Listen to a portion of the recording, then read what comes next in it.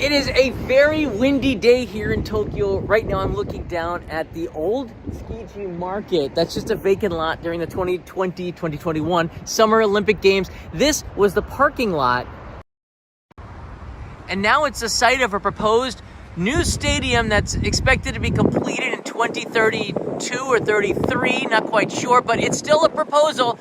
They've been wondering what to do with this land for a very long time. I think this one is gonna go through. And what is so cool about this proposal and the possibility of it, you can see there's some excavators down there grooming the land, is that this multi-purpose stadium is something they've been planning for well over 10 years. It was supposed to be the site of the first Olympic stadium in the 2016 bid that Tokyo had. Tokyo came in second to Rio in that year, was supposed to be right here.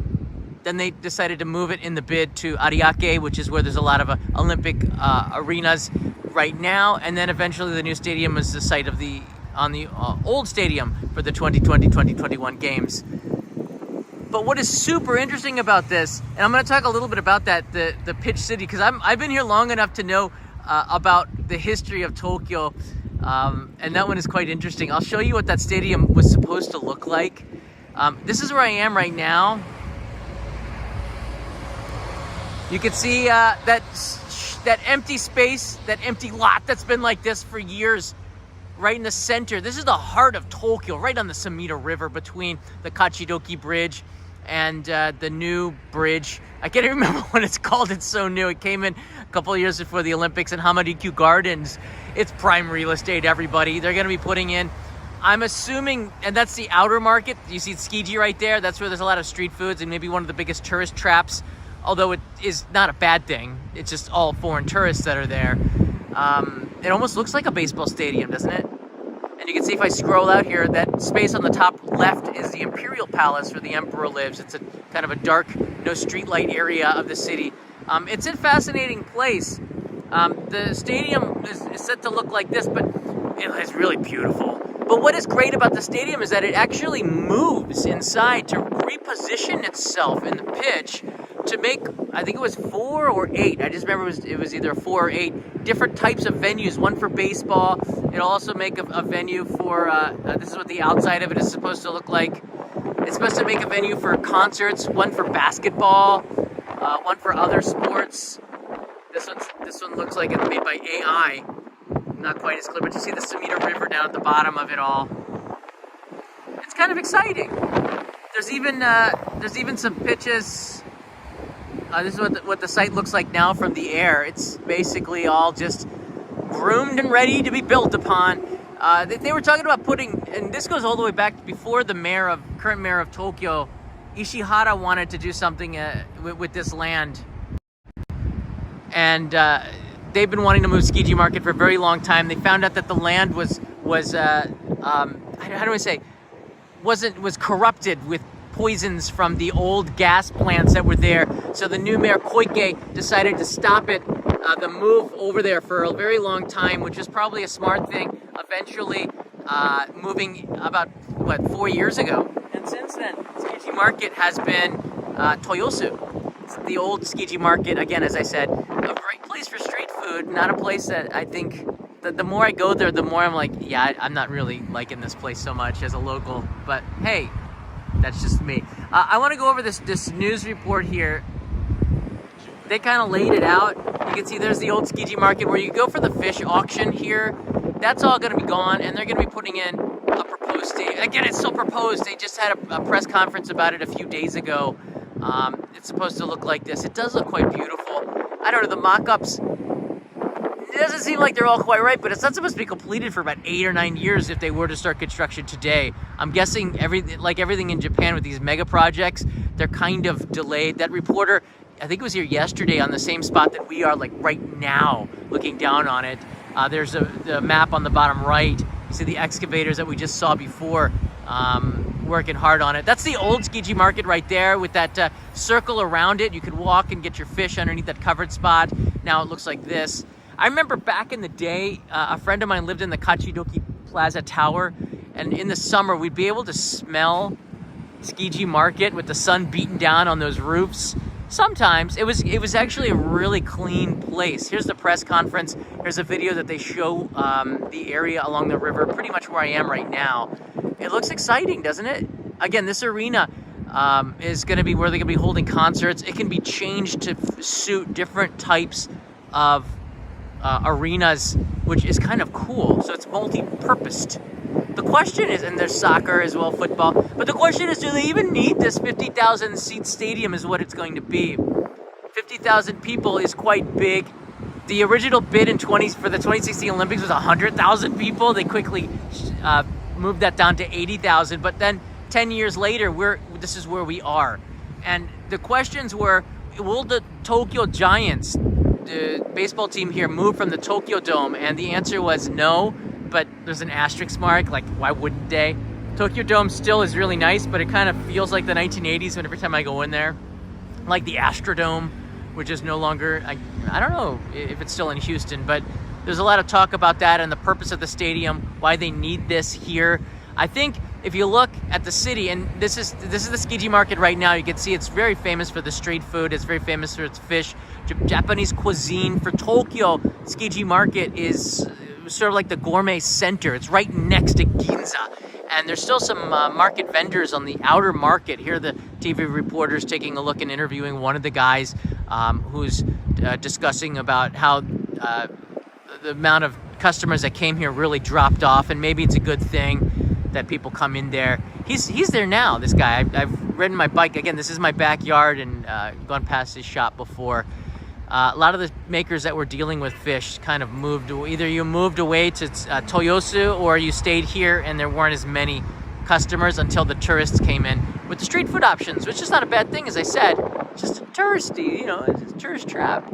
Prices sort of reflect that. The lines certainly do. Here's a proposal. They're talking about Tsukiji's outer market and the design of it. I guess there's going to be some renovations and changes going apart. So if you had some property or you bought it cheap over the last 5 years in that area, it's probably going to pay off by waiting if this proposal does go through, because it's going to be some super prime real estate.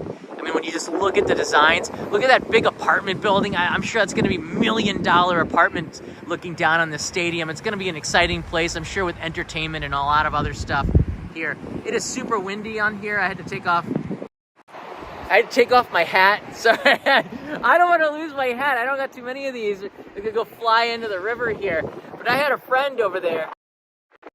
You can see up here, this is the Kachidoki Plaza Tower. About 15 years ago, he lived up there. His company put him up there on like the 36th floor, 35th floor. And I'd hang out on his balcony. Beautiful views of Mount Fuji when the weather allowed. But you could smell the market in the August heat sort of wafting up here. And if the wind changed, the smell would waft over to Ginza, which is just right over there.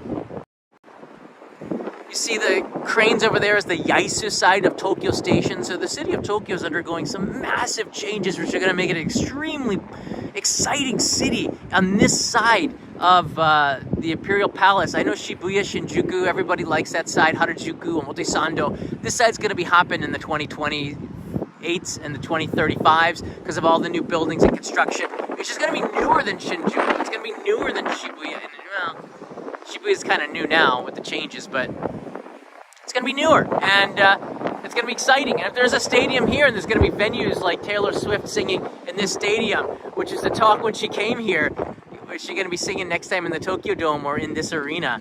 Well, I don't think they're going to have it done just in time. Bradshaw Studio reminds me that the Astrodome is now abandoned. Thanks for that. I just remember the Bad News Bears playing in the movie, playing their game at the Astrodome, and it was just so cool because they had AstroTurf, and so it was an iconic dome. Tokyo Dome kind of fits in that old feeling of the dome era, and I'm sure this new stadium will have a lot more light. There's a lot to like about what they're doing here. All right, I want to go back now to the 2016 bid. They actually bid for the 2012 games, but London won those. I remember running the Tokyo Marathon way back when, every year, and you get a chance to meet Ishihara when you go to pick up your bib. He was pretty accessible at the Tokyo Marathon, which was kind of his baby. And every time the press would ask him questions, he would talk about his dream of hosting the Olympics here as a way to revitalize Tokyo, to bring it back, and that hope that 1964 Olympics brought the city of Tokyo after World War II. And the stadium looked really, really amazing. Check this out. This is what the stadium was supposed to be at the Tsukiji Market. Then they moved it to the tip. Let me show you on the map where exactly this is here. One second, I can bring this in the media. This is what the stadium is supposed to look like, and those are like, I think they're like solar panels on the top of it. Like, I don't know if you guys, here's where it was supposed to be. This is where the Olympic Stadium for the 2020 bid was supposed to be as well. When they first pitched the stadium, they were going to do it in the same spot as the 2016 stadium. But then, I don't know, they just looked at the cost and decided to move it to, this doesn't make any sense to me. This is such a bureaucratic thing. To move it, let's destroy the old, let's call this the green, it's like they're all over the place. Let's call this the Green Olympics, okay? You gotta look at this. Yes, you gotta look at me. Let's call this the Green Olympics, okay? Oh, but we're gonna put it on the site of the old Olympic Stadium. Oh, but we're just gonna tear that down because it doesn't look that great, and we wanna be a city that looks new, so we're gonna put in a stadium that looks like the future. We're gonna pay this $1 billion. Oh, we don't like that plan because it's now controversial. Let's build it with traditional Japanese materials and hire a Japanese architect, Kengo Kuma, which is really awesome. Let's waste all this money. Oh, all right, we're not going to make it as green as we were supposed to do because it's actually not environmentally friendly to do all of this stuff. It was just the biggest, like, misstep after misstep after misstep. Hosting the Olympics is not an easy thing in Japan. A city, a country and city that's run by the consensus, it's a very long process. There's no leadership, it's all consensus. Leaders can help people point in the right direction, but unless you have a very strong leader, you can't get anything done here. It just takes forever, and the compromises, they're all half-baked that nobody wants, and you end up getting something that's just a massive waste of money. That's been my experience with these projects. The stadium was no different. They should have stuck with the original plan. Man, it would have been an amazing stadium. That would have been, I'm panning over here. You got Tokyo Tower over there. Just over Hamaryu Park. The stadium, if I'm panning over here to the right, I'm gonna have to get down because I think the rains are gonna come in a second. Would have been right there. You see where that the blue building is? It would have been down there at the tip of this island. And it would have overlooked Tokyo Bay, and it would have been freaking amazing. I can show you this map here. You see it on the end of the islands there on the bottom of your screen. This is where the Tsukiji Market is and where the stadium is planned to be. Don't get me wrong, it's so close to Ginza and public transportation, it makes a lot of sense. But on the top of your screen where Harumi Port is, that's where the stadium was originally supposed to be for the 2020 Olympics and was the decided place for the 2016 Olympics after Tsukiji was ruled out. So they're going back to the original plans, and they finally figured it out. This is a great place for a venue. Make the most of it. They're gonna be putting high-rise apartments here, very expensive luxury places. And if I pan out here, I believe, does this go? Yeah, I believe, yeah, you can see it there. The end on those two islands, that's Harumi, and it was supposed to be right there near the Rainbow Bridge. It was supposed to be beautiful. It was gonna, I thought it was amazing what the stadium planned for before looked like. Again, this is like such an old photo that I've tried to sharpen up a little bit, but that was solar panels on the roof of it, 100,000 originally, then they moved it down to 80, right on the corner looking Tokyo Bay. Imagine all of the blimp and the drone shots, you'd be able to really see the city. That didn't happen. That didn't happen. So, that's what happens. Will this actually take place? I think so. I think it's going to happen. I think that they just did a press conference in Chuo Ward. This is my ward. I live in this city. Tokyo is a metropolitan area with 23 wards, and each ward is considered its own city. There's a mayor of each ward. So they had a press conference, I believe, about 3 days ago at the Chuo Ward offices, and they talked about this. It's going to really be great for my ward, and my islands here. This is Tsukiji, this is Chuo Ward, and across the bridge, which is built for the after the Japan-Russo War, or is it the Russo-Japanese War? I forget. The Kachidoki Bridge, which is being renovated. I think they're about complete with that renovation. I think 1905. This is well over 100 years ago. This island is man-made, all of this on this side here. Going all the way back to Harumi, there's 2 of them. It's been settling for a very long time, and now they're building high-rise buildings here. And most of these going for like $1 million a part. Like, I don't know where all these rich people come from, but I'm telling you right now, this is going to be the future of Tokyo on this side. Eventually, public transportation is going to come in here. It's all accessible by buses at the moment. Eventually, there's going to be more attractions, more entertainment. I think that the side with Shinjuku and Shibuya is going to, in the 2030s, kind of fade away on the water side, as long as it doesn't get hit by a major earthquake and then get all destroyed by tsunamis and whatever. This is going to be the face of Tokyo, not Shinjuku and Shibuya. But I'm sure you guys are still going to go there as a tourist. And that's my 26 years of living in Japan of experience telling you that. Based on the plans and the way that they've really done the city, the Toyosu, Harumi, Kachidoki, and the Tsukiji area towards Ginza, and Tokyo Station being a hub. It's close to the airport. It's much closer and easier to get to Haneda Airport from here. So the future is, as Stig01 writes in here, the future rules. It does. Michael Desados here, aloha. I have never been to Tsukiji Market. Tried looking for it when I visited years ago, but couldn't find it, sadly, afternoon time. You couldn't find Tsukiji? Well, it's next to Kachidoki Bridge. If you come to Kachidoki Bridge, it's right there. It's hard to miss it. Back in the day, you couldn't miss it because you could smell it. The closer you got to it, the more it would smell. But it never really smelled that bad. Let me walk down towards the market, because I believe in 20 years, maybe in 10 years, this is going to be a historical episode as we walk across this very modern bridge with Tokyo Tower there. Panning to the right, all we see is emptiness. And in 10 years, this is going to be an amazing, amazing stadium. Again, it's still proposal, anything can happen, but it looks like a foregone conclusion at this moment. As trucks come in here, you guys are seeing it, you're seeing the future. And if you're watching this in 10 years from now, you're seeing the past. John Lopez, it's amazing that bridge, the Kachidoki Bridge, is 100 years old, more than 100 years old.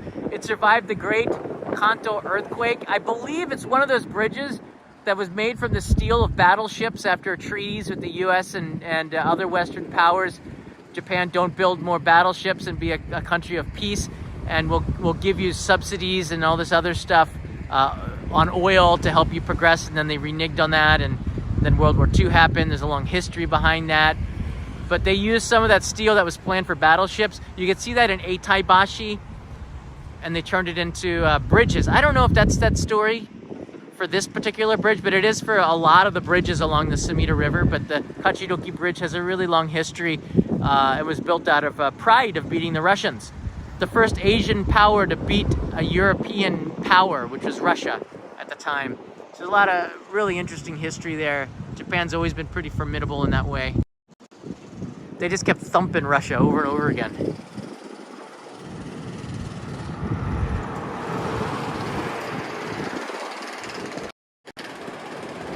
Yeah, I've been here in Tokyo now most of my 26 years. I moved here in 2004 into the city, and I haven't left since. I've been living here for a very long time. I've got to see a lot of changes. But that's one structure that hasn't, except the Tokyo Tower has gotten shorter after the great Tohoku earthquake of East Japan earthquake. The tip was bent, and I believe it used to be 1 meter taller than the Eiffel Tower or something like that. I think it's now shorter because they had to fix it. So that tip was bent because of all the shaking back in 2011. I remember that too very clearly. My gosh, those are the worst years after the worst year with all the aftershocks from that. My gosh, I thought I was on a boat swaying every 5 minutes for weeks after that earthquake. We had like magnitude 5s and 6s. I had to go to Osaka just to stabilize myself because I felt seasick because my apartment building kept swaying.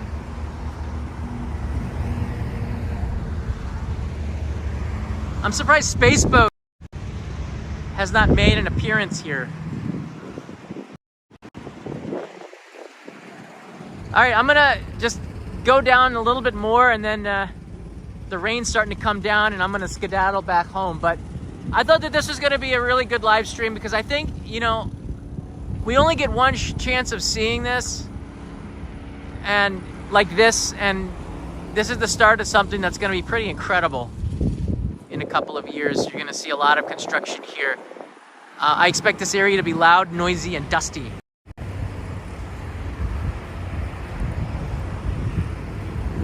You're gonna see stadiums, high-rise apartment buildings, lots of lights, laser shows, like Disneyland with shops. Which is what Disney is, sorta.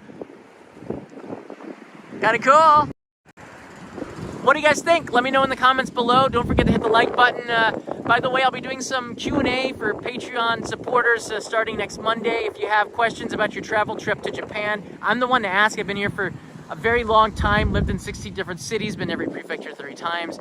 I want to say thank you to all my Patreon supporters who've been supporting there, many of them since 2017 when I started it. And I'm really happy to be now doing like podcasting for them over there.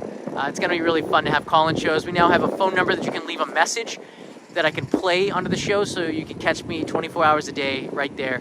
Just make sure that those messages are clean messages. So, and we got moderators that'll knock them out if not, but it's a lot of action. Look at that, 4 or 5 excavators going at it. Woo!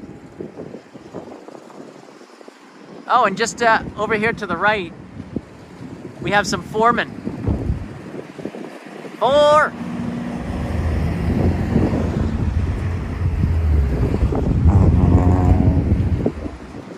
Foremen.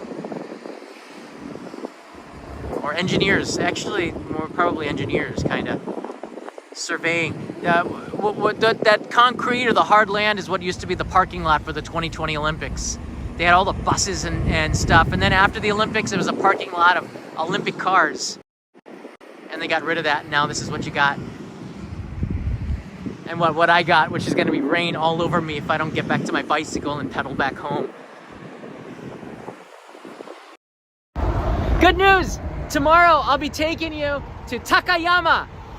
Why am I shouting? It's really loud with the cars going by. Maybe not for you listening on the other side. I can't monitor it, so I just assume if I can't hear myself, you probably can't hear me too good either.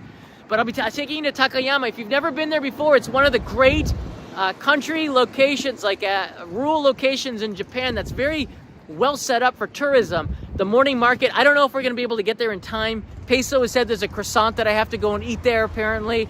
We're going to be I'm getting the car tonight. We're driving very early in the morning, heading to Takayama. If you're there, you can probably catch us around 10:30 to 12 o'clock or so in Takayama, maybe the Minagawa market. We're going to look around for a little bit, buy a sarubobo, and then move on over to Shirakawa-go, which is where we're going to be spending the night for a couple of nights. It's going to be a lot of fun. And we're taking you with you on this channel, so thanks for hitting that subscribe button, joining us for some adventures as I take it every corner. This amazing country. Yes, you're going to see Takayama tomorrow. It's going to be pretty awesome. I'm taking my drone and cameras, and the rain should be gone by then. Hopefully, we have a really nice 5-hour drive from Tokyo. Again, I'm leaving at sunrise. I hope that Kanai and Leo can wake up in time because I'm ready to drive. I'm so stoked. I wake up, I jump right out of bed, and I'm going to get into that car, and we're going to drive the heck out of the city and the construction. And we're going out to the mountains and the countryside, and you're coming with us. So see you tomorrow, everybody. Stay dry. I'm going to try too. Matane.